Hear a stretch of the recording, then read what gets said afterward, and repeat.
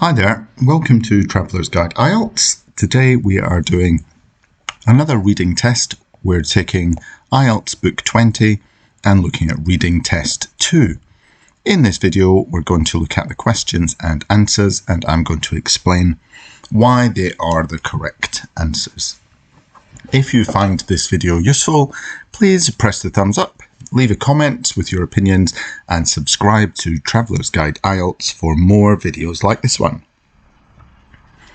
The IELTS Academic Reading Test contains 3 passages, 40 questions, and you get 1 hour in total to complete the whole thing. Then the number of correct answers you get directly equates to the band score you will be given. Reading is one of 4 disciplines, and all 4 count equally towards your final IELTS score. So let's jump right into it and start with reading section 1. The first passage, it says you should spend about 20 minutes on questions 1 to 13 based on reading passage 1 below, and the title of the passage is Manatees. Manatees are a kind of animal that lives in the water. Don't worry too much if you don't know what a manatee is.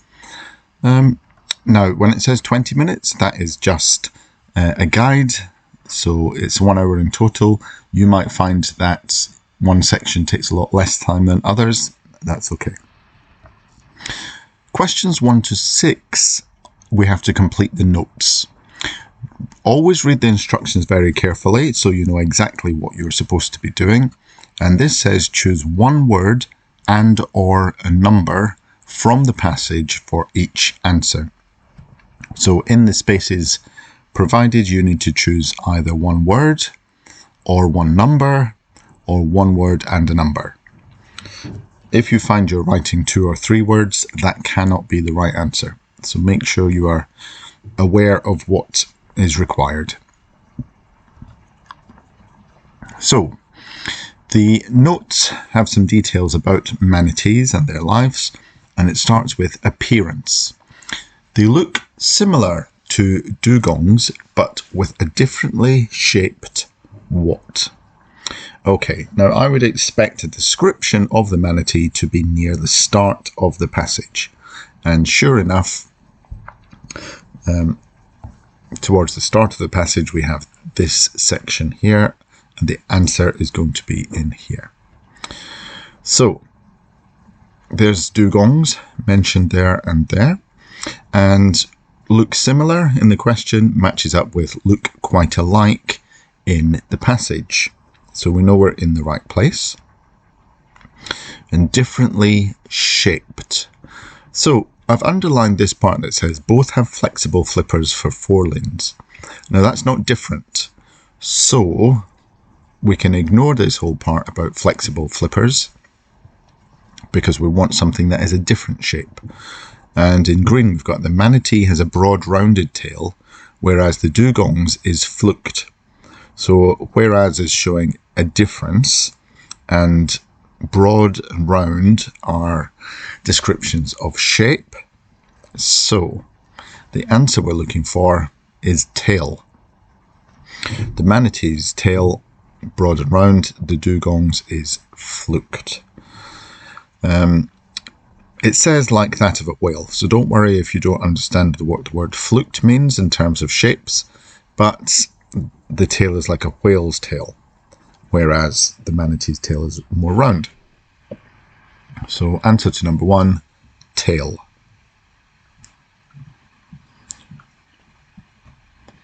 On to the next part. It then talks about the movement of the manatee. So it says they have fewer neck bones than most mammals.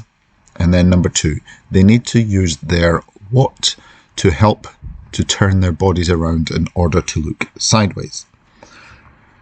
So that part with the bones in the neck, I can match up with this part here in this paragraph. So we're in the right place. Turn their bodies, I've got turn its entire body, so that's matching up. And to look sideways, to see something on its left or its right. Okay, but what do they what are they using? So use, a verb here, steering is a kind of using, and it's their flippers. This is all pointing to the word flippers as being the missing word from the sentence. Need to use their flippers to help turn their bodies around in order to look sideways. So yes, flippers fits in number 2. Question 3. They sense vibrations in the water by means of what on their skin? So vibrations in the water, that phrase is in the passage as well. And there is a mention of their skin. What do they have on their skins? Hairs. They also have some hairs covering their body, which sense the vibrations. So number 3, hairs. The next part is about feeding. So what do they eat? So the manatees eat mainly aquatic vegetation, such as, number 4, such as shows that we're looking for an example. So over here talks about what they eat, because diet is another word for what they eat. And we've got aquatic vegetation in the question, matches up with marine plants in the passage. So we need an example, such as what? Well, seagrasses is one example that's mentioned. So that is what we can put in for number 4. It does say and other marine plants as well, but they are not specific, so one example, seagrasses. Next, they grasp and pull up plants with their what? And this part is all about their teeth. Grasp and pull up plants. We know that plants is their food, and tear away in the passage is similar to grasping and pulling something up. What are they using though? We have several different body parts. Teeth, specifically molars and incisors. We also have hands, but they don't have hands. It says something is like a pair of hands. It is their lips. So there are some wrong answers that might have fooled you there, but the correct answer we need is lips for number 5. On to number 6, and this section is subheaded breathing. May regulate the what of their bodies by using muscles of the diaphragm. Well, here we can see the word diaphragm and muscular, so that matches up there. And store air internally from the question. We've got store gas in their large intestine. Gas, of course, is, well, air is a gas. And large intestine is inside the body or internal. So what do we have here? There's a verb there to regulate, and we can match that with the verb adjust in the passage, and that points us to the word buoyancy. So buoyancy is the answer for number 6. This means the ability to float, I suppose, for them. Or sink, so how high they sit in the water. The next section, 7 to 13, well, this is still on the same passage on manatees, but these questions are true, false, not given questions. So for questions 7 to 13, each time we need to choose either true if the statement agrees, false if the statement disagrees or is the opposite, and not given if we cannot know because there's not enough information there to tell us. So bearing all of this in mind, number 7, West Indian manatees can be found in a variety of different aquatic habitats. So here we have something about West Indian manatees in this section. Now, if you want to pause the video here and read the paragraph and decide for yourself, you can, and then continue. West Indian manatee. Okay, so the question statement says a variety of different habitats. And in the passage, it talks about freshwater and saltwater. So already this is suggesting different habitats, but it then goes on to mention some specific examples: mangroves, coral reefs, rivers, lakes, and lagoons. So these are a lot of different water-based aquatic habitats. So the answer to number 7, true. Yes, they can.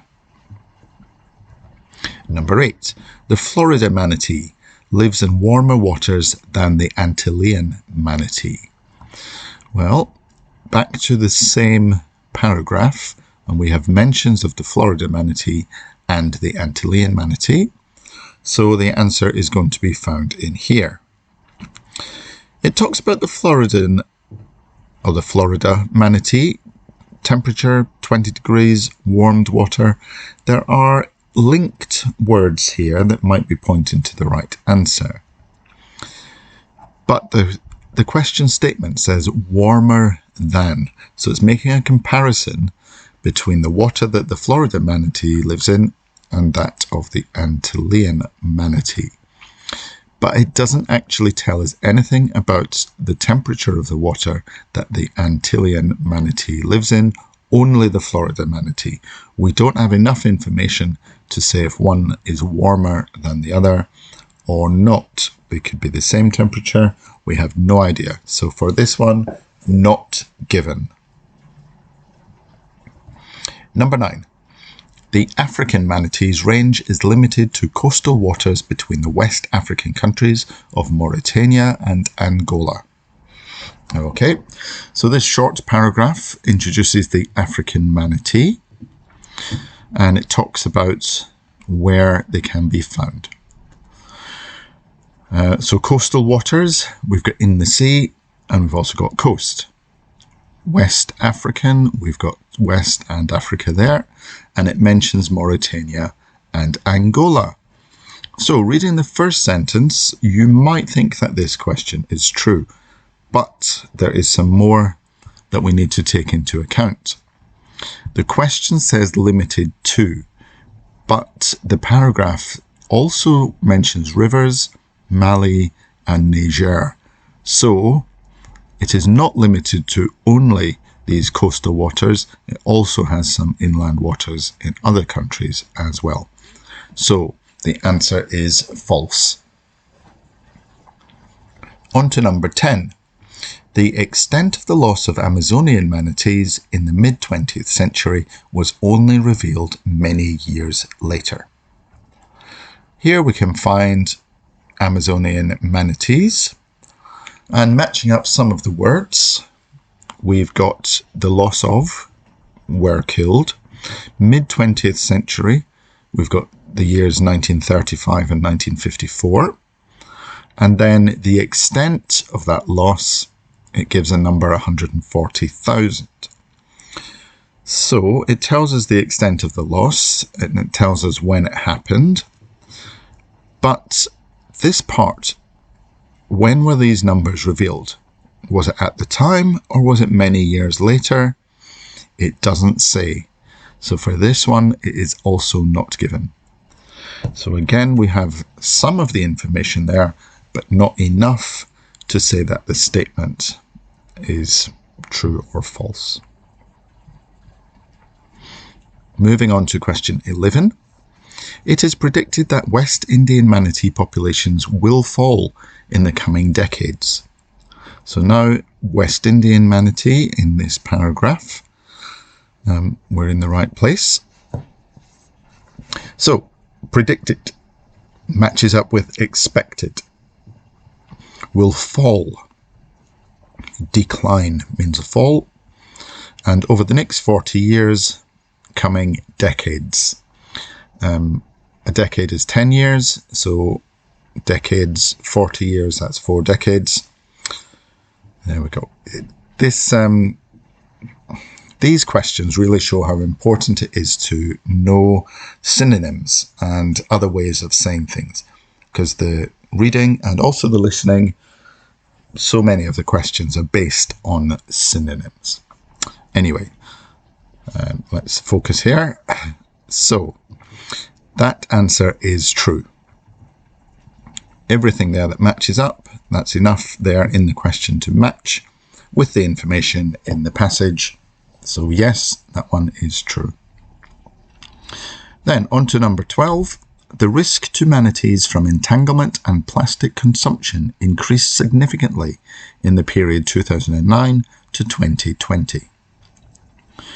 Well, this paragraph mentions entanglement and plastic consumption, and it's got the same years mentioned as the question statement. So we are in the right place. What we need to find, though, is if these numbers increased significantly during that time. It talks about how many. It's got 700 cases there. So it's happening a lot, but is that an increase on previous times? Doesn't say. There's no comparison here made with times before or afterwards. We don't know how this compares, so we can't say if it increased or decreased or it stayed the same. So we have to go not given for number 12. And number 13, there is some legislation in place which aims to reduce the likelihood of boat strikes on manatees in Florida. We've seen Florida before, so let's bring up this part about Florida. Again, pause and find the answer and then continue if you want. Boat strikes is also mentioned, so we're definitely in the right place. Okay, now legislation is another word for laws.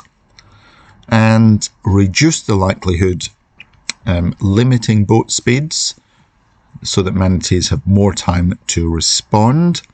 This is all pointing to reducing the chance of there being a boat strike or a collision.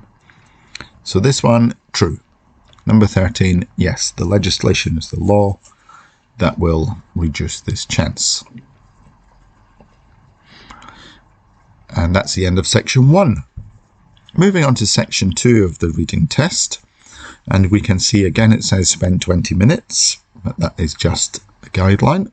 Questions 14 to 26. And the title of this passage is procrastination. Procrastination is where you put off doing something until later. Maybe you spend too much time thinking about something or thinking about something else completely different and not actually doing the thing you're supposed to be doing. That is procrastination. And there's a subheading that says, a psychologist explains why we put off important tasks and how we can break this habit. Okay, let's look at the questions for this section. So, this passage has 6 paragraphs, and the paragraphs are labelled A to F. We need to find which paragraph has this information. Now, there are only 3 questions here, 14, 15 and 16. But notice that it says you may use any letter more than once. So we might use the same letter twice.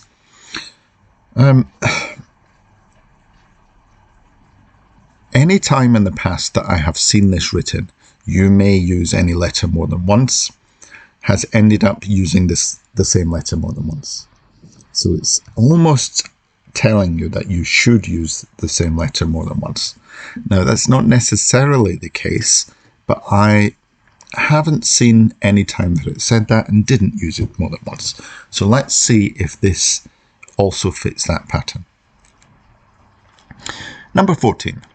Mention of false assumptions about why people procrastinate.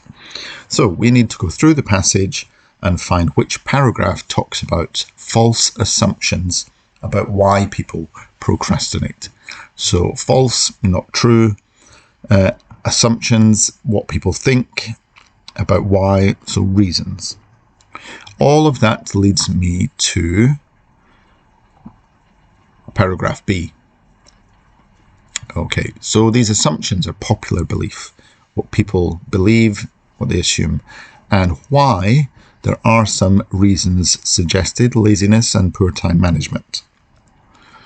However, these are false assumptions because it's not due to these, which is also contrary to or opposite to popular belief. So here we have everything we need to say answer B for number 14. Number 15, reference to the realization that others also procrastinate. So,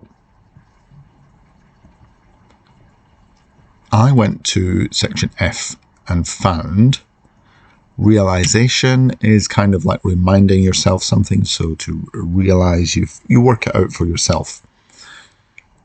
Others, we're not the first person and not the last. So these are other people who also procrastinate. So number 15, answer F. And number 16, which paragraph contains neurological evidence of a link between procrastination and emotion? So if we look back at section B, we have neurological refers to the brain. So here we have the word brain twice in yellow. So we're in this section. Neurological neuroscience is studying the brain, high-level vocabulary. Evidence there in blue, so we have research as a way of getting evidence and found something that is different. This is your evidence. We've got a link and the word linked, and then emotion is in both the question and the passage. So all of this is pointing to section B being the right answer for number 16. And notice that, yes, indeed, we did use the same letter twice. So even though there were only 3 answers and we had more than 3 possible sections, when it says you may use the same answer more than once, you probably will. The next part of section 2 includes a summary. So here we need to choose one word only from the passage and put it in. And the title of the summary is What Makes Us Procrastinate. So when it says one word only, make sure you are just using one word. And when it says from the passage, that's also important. There may be other words that fit in the sentence and make sense, but if they are not from the passage, then it's not going to be correct. Okay, number 17. Many people think that procrastination is the result of what? Well, we've already seen a bit talking about what people think. So let's bring that part back up. It was in section B. So many people think is popular belief and the result of due to. Then if we look at this part, others believe it's the result of an inability to organise time efficiently, which is another way of saying poor time management. So what has to go in number 17? Laziness. It's the first of the 2 options that were suggested as reasons. So we put laziness for number 17. Next, scientific studies suggest it's due to mood management. And for number 18, the tasks we are most likely to put off are those that could damage our self-esteem or cause us to feel something when we think about them. Okay, so we're still in the same section, paragraph B. And we have the word tasks there a couple of times. Likely to put off, that same phrase is there. And when we think about them, if just thinking about the tasks is them. So we've got a lot of bits that match up. We then look at self-esteem, which is similar to self-worth, and cause us to feel or makes us anxious. Anxious is similar to worried. So anxious is the answer for number 18. And on to 19, we've got research, differences, brain reasons, and regulating emotions. Sorry, brain regions. So Research, the same word as there. Differences are different. Regulating emotions is emotion regulation. And brain regions matches with areas of the brain.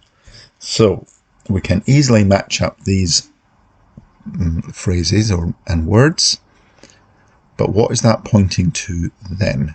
So identifying is another way of saying the detection of something. It is the detection of threats. So that is what they are identifying. So question 19, the answer we're looking for is threats and dangers. Next, question 20. Emotionally loaded and difficult tasks often cause us to procrastinate. Getting ready to take what might be a typical example of one such task. So we're looking for examples of tasks. In paragraph C, we can see emotionally loaded and difficult tasks. Those words are all in there.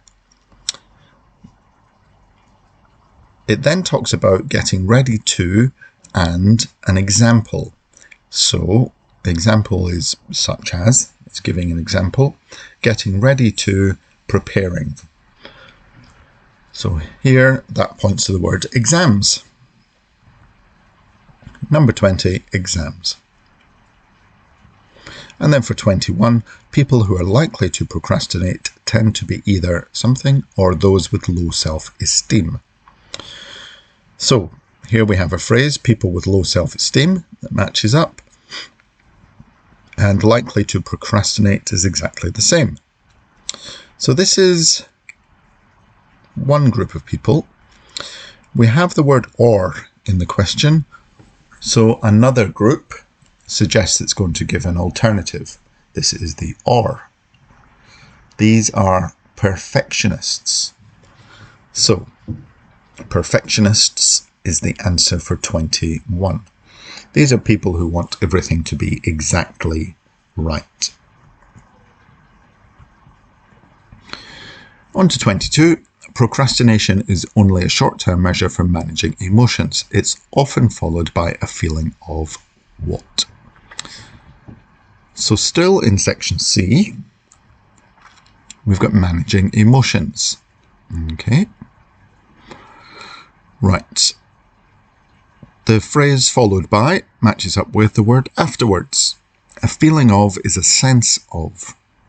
Worsens our mood, increases their negative mood, and then more procrastination matches with reinforces their tendency to procrastinate. So just going back a little bit to the feeling of matches with a sense of guilt. So guilt fits into number 22. Okay. Still with this topic of procrastination, we now have questions 22 and 23, which is multiple choice.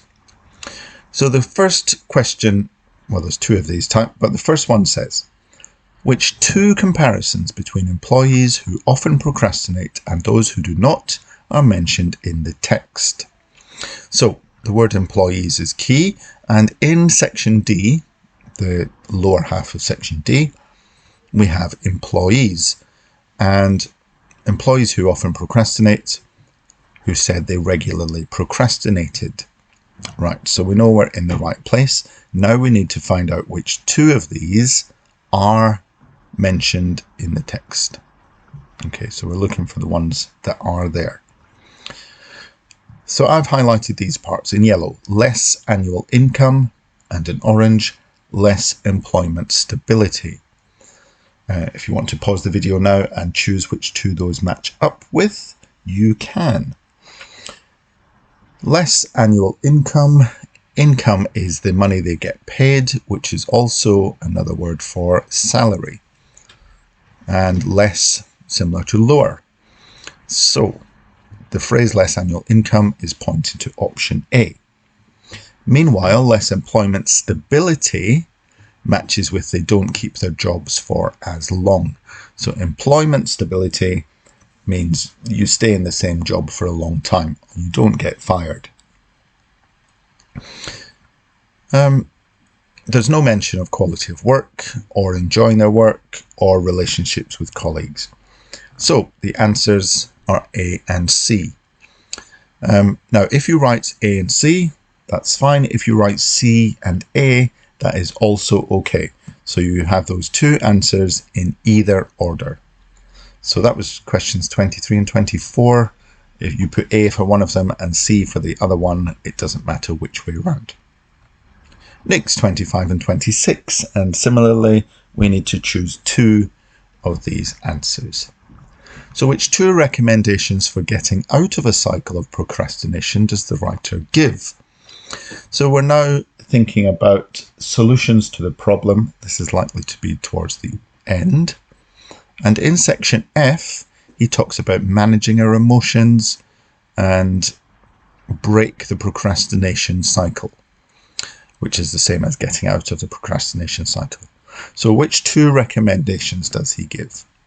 Well, this bit I've highlighted in blue: forgiving ourselves and feeling compassion, coupled with not be overly critical of ourselves.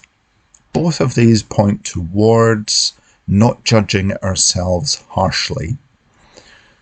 So judging ourselves harshly means that we blame ourselves for things, and we're quite mean to ourselves about this, and it says not to do that. So the first one is A. That is definitely there. The second one I found a little bit more difficult. For example, it mentions importance in option D and why the task is important in the passage. So this might make you think that D is correct. But it also talks about prioritizing tasks, which isn't really part of the advice. So let's take that one out and instead focus on this phrase that came before. Fend off distractions that can occupy our minds when we should be focusing on the thing we should be getting on with. This is the same as the wording of D. Avoiding things that stop us concentrating. These are distractions on our tasks. So the thing we should be getting on with is our task. So E is the correct answer. So for these two, A and E or E and A, either way is fine. Okay, we now find ourselves in passage 3 of the reading test. The title of this passage is Invasion of the Robot Umpires. So this is a technology passage. Again, suggest 20 minutes. You might not need that long, you might need a bit longer, but that is the suggestion.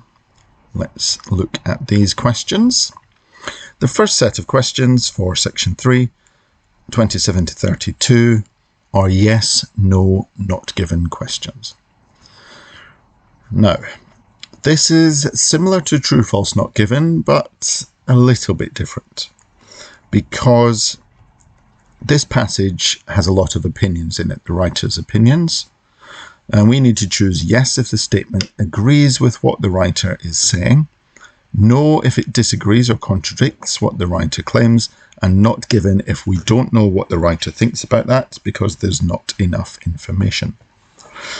Just be very careful here that you don't accidentally write true instead of yes or write false instead of no, because these are not true false questions. Okay, so with that in mind, number 27. When did Jesus finally used ABS, first used, he shared decision making about strikes with it. Okay, so we have his name and ABS. These have capital letters. And I always advise, if you're skimming through the passage looking for the correct details, capital letters are a good thing to focus on. So here we have his name, Fred de Jesus, and ABS, which stands for Automated Ball Strike System. Now, it mentions the game of baseball. If you don't know much about baseball, It would help to know about baseball, that's for sure. But if you don't know, it does try to give you a definition here of the word strike. So there's a little asterisk in the passage after strike, and at the bottom of the page it explains that a strike in baseball is where the batter swings at the ball and misses, or if the batter doesn't swing and the ball goes through the strike zone. So imagine someone throwing a ball towards someone holding a bat, and strike is if they try and hit it and miss, or if the ball is in the right place and they don't try. Okay, I don't think it's too important to know the rules of baseball, but the word strike can have several different meanings, so it could be confusing if you're not familiar with it in the baseball context. Anyway, moving on. So, the question. Shared decision making about strikes with it. In the passage it says, instead of making any judgments himself about a strike. So did he share these decisions? He did not make any judgments at all himself. All the decisions came from the machine. Therefore, he did not share those the decision-making process. So the answer we're looking for is no. 27, no. On to 28. MLB considered it necessary to amend the size of the strike zone when criticisms were received from players.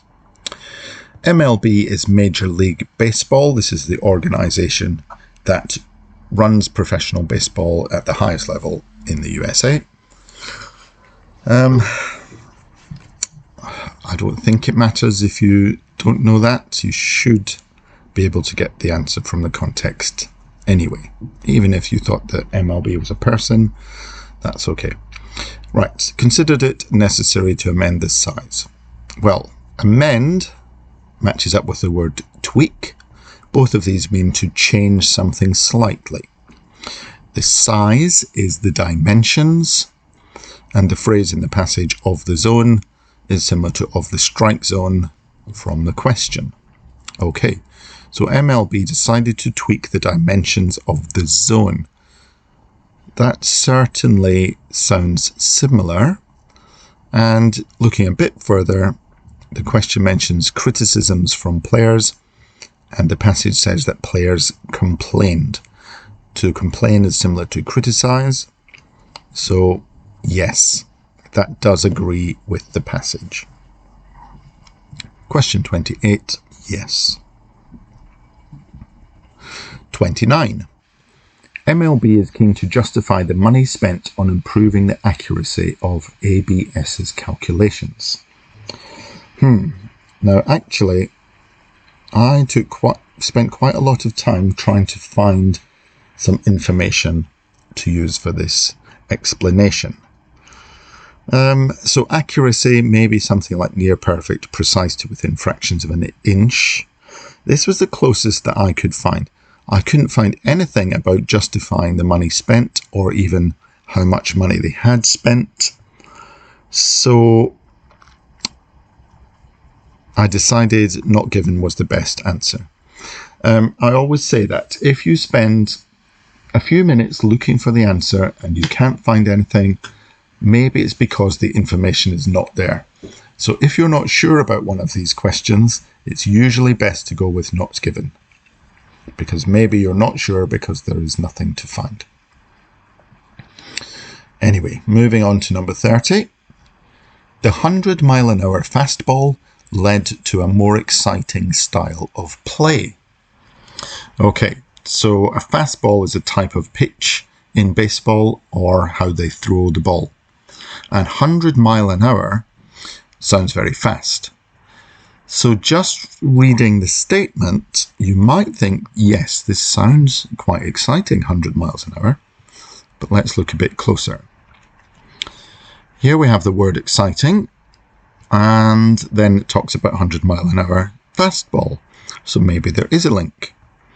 But the 100 mile an hour fastball flattened the game, and it was a type of play lacking much action. Lacking means doesn't have. Flattened is also used in a negative way here, so it's far from being more exciting, it is much less exciting in the writer's opinion. So the answer to this one is no. The statement disagrees with what the writer has suggested. 31. The differing proposals for alterations to the baseball bat led to fierce debate on Sword's team. So we have the name Sword, and this paragraph starts with the phrase Sword's team, so we're in the right place. We can also find changing the bats matches with alterations to the baseball bat. But we need to find out if there is fierce debate. So a debate is talking about things, discussing different sides, almost like an argument. And when it says fierce debate, that suggests that people are maybe a bit angry or definitely feel strongly about it.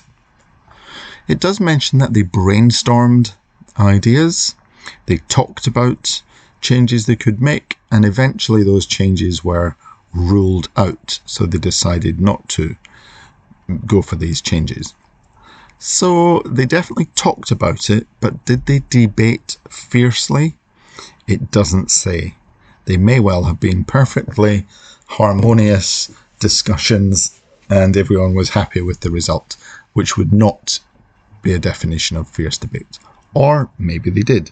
It doesn't say, so not given is the answer for number 31. 32. ABS makes changes to the shape of the strike zone feasible. Okay. So we've got ABS here and something about shape. We've got triangle, which is a shape. Blob is kind of a shape or a lack of shape, or something shaped like Texas. Okay, so we've got some examples of shapes here, and these are shapes of the strike zone. Feasible means possible or something that can be done. So here it mentions can allow, and there's the word change.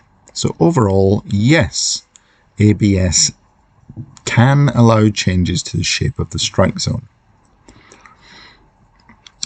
There's no suggestion that they will do that or they want to do that, but it is possible, and that's what the statement says.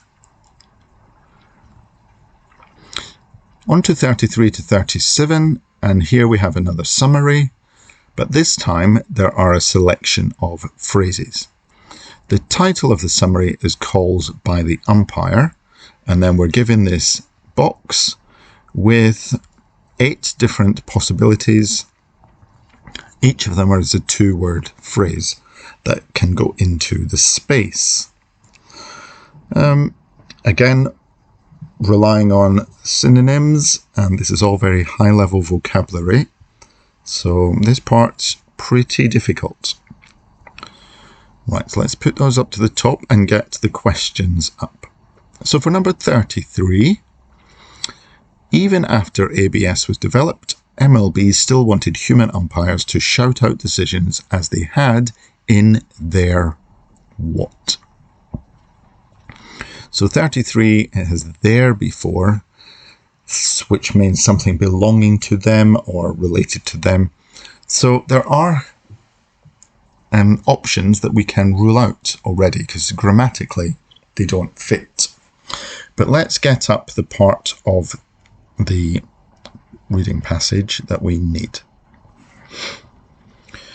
So, still wanted human umpires.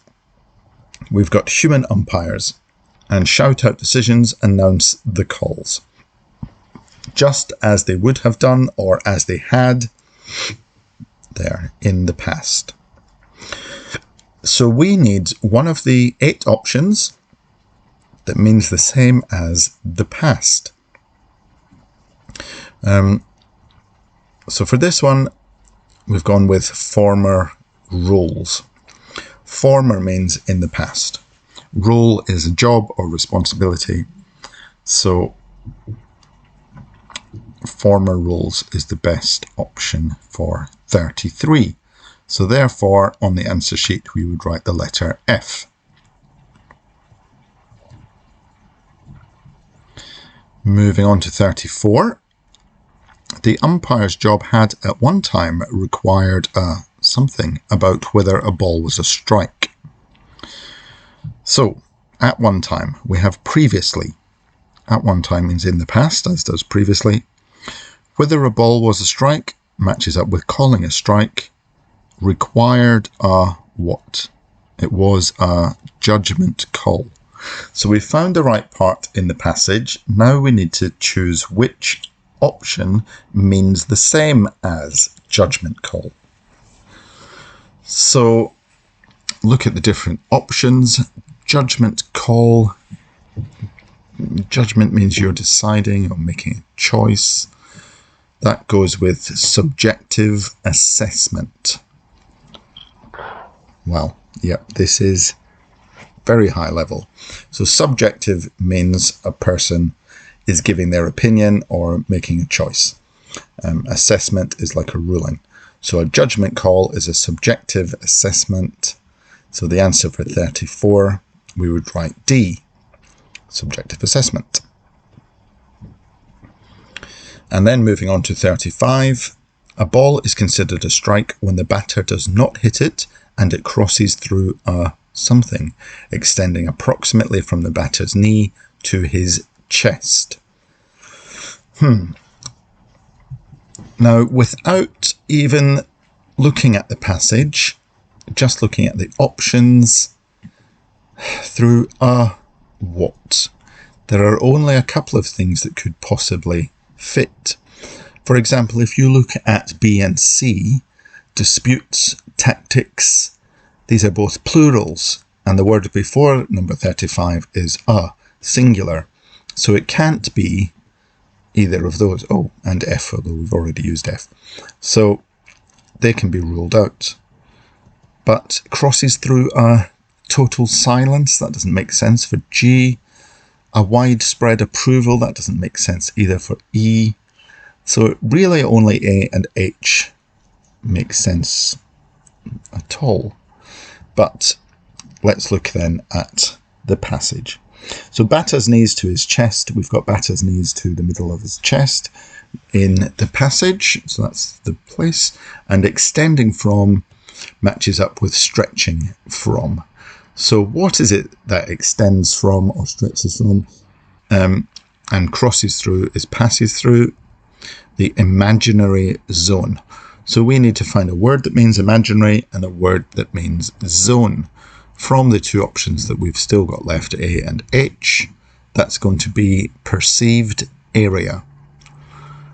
So boundary kind of could be zone, sure, but imaginary doesn't match with pitch, it does match with perceived.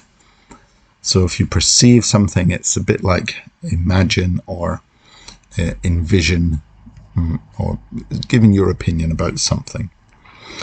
So for 35, we would write letter H.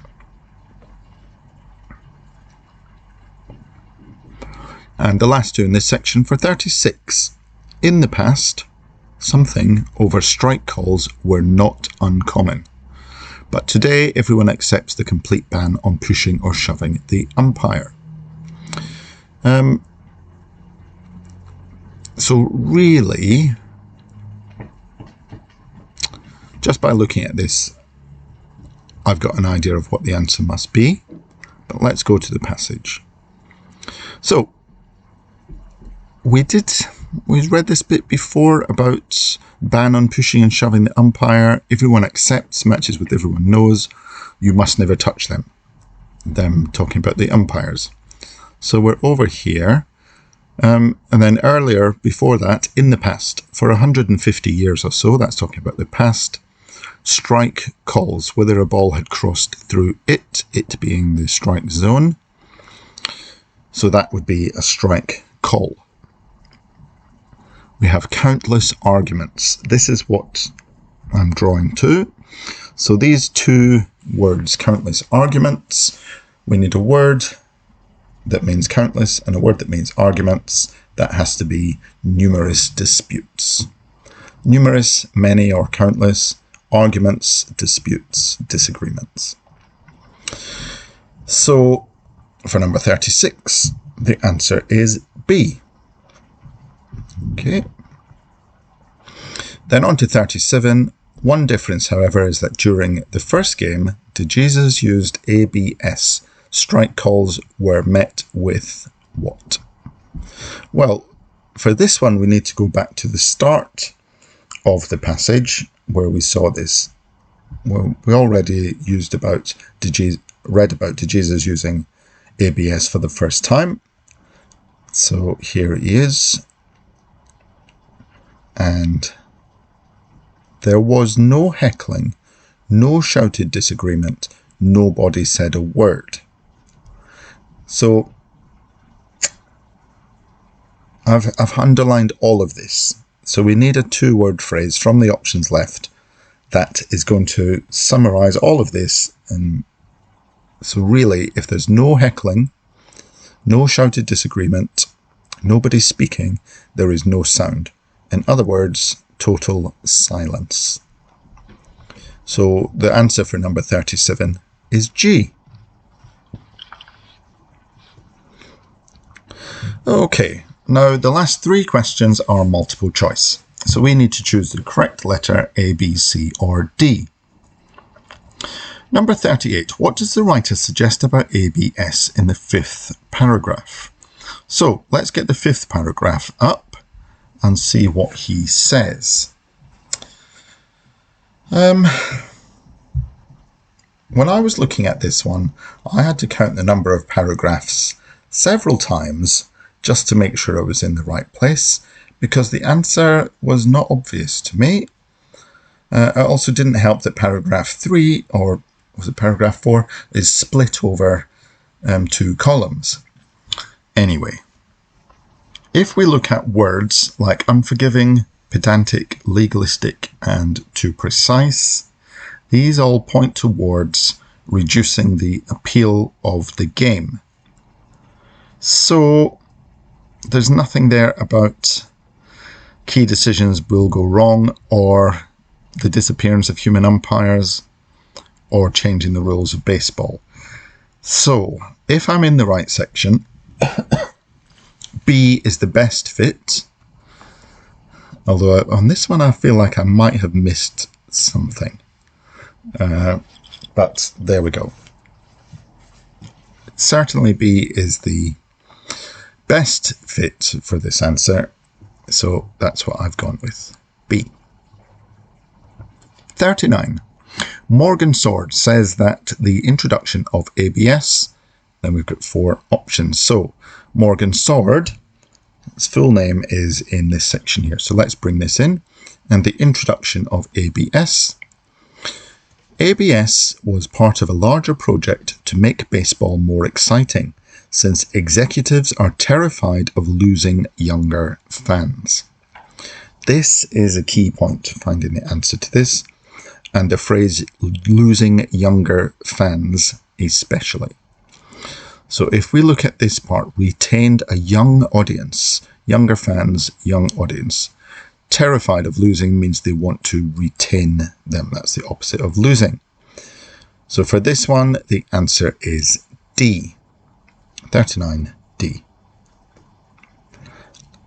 And the final question of this reading test, why does the writer include the views of Noe and Rousseau? Well, towards the end of the passage, we can see these 2 little sections, one including Alva Noe and one with Joe Rousseau. So what do they say? Like, what are their views? Well, Noe says using algorithms to take the hard choices of living out of life. He's definitely against it. He says it's a terrible idea. So, not a fan. Then Joe Rousseau said, perfect would be weird. What is there to talk about? Also against the idea. So both of them are thinking and we don't like this much. Which rules out option A, because A says to show that attitudes to technology vary widely, but he's given two similar attitudes, so it's definitely not A. Instead, they're talking about how accuracy is not the same thing as enjoyment. So increasing the accuracy, they're not disputing that ABS makes the game more accurate, but they're both saying that it might not be as enjoyable. So accuracy is not the same thing as enjoyment. C is the correct answer for question 40. Right, we've made it to the end of this test. Here are all of the answers on one screen. So if you have been trying this yourself, or if you've done this previously and you've got the answers in front of you, you can pause the screen now to check your answers and see how many you got. Then count up your score and check it against this table. So for example, if you require an IELTS score of 6.5 for university, just an example, you'll need to get at least 27 correct. 27, 28 or 29 correct answers will get you a 6.5. Now, lots of universities want overall score with a minimum in each section. So just bear that in mind. If you are applying for university, check their website because the requirements vary between different universities and even different courses in the same university. So make sure you know what you need. Then look at the ones that you got wrong and try to understand why they were wrong. Is it a vocabulary issue? Is it synonyms? Is it to do with grammar? Did you run out of time? That kind of thing. Okay, so that's the end of this video. Thank you very much for watching. If you made it to the end, I'd like to wish you good luck with your ongoing studies and test if you have one coming up. Remember to press the thumbs up if you like the video, if you found it useful. Subscribe to my channel for more videos like this coming soon, and leave a comment down below with your opinions of this test or if there's anything you want clarification on. Thanks for watching, and I'll see you next time on Traveller's Guide IELTS. Goodbye for now.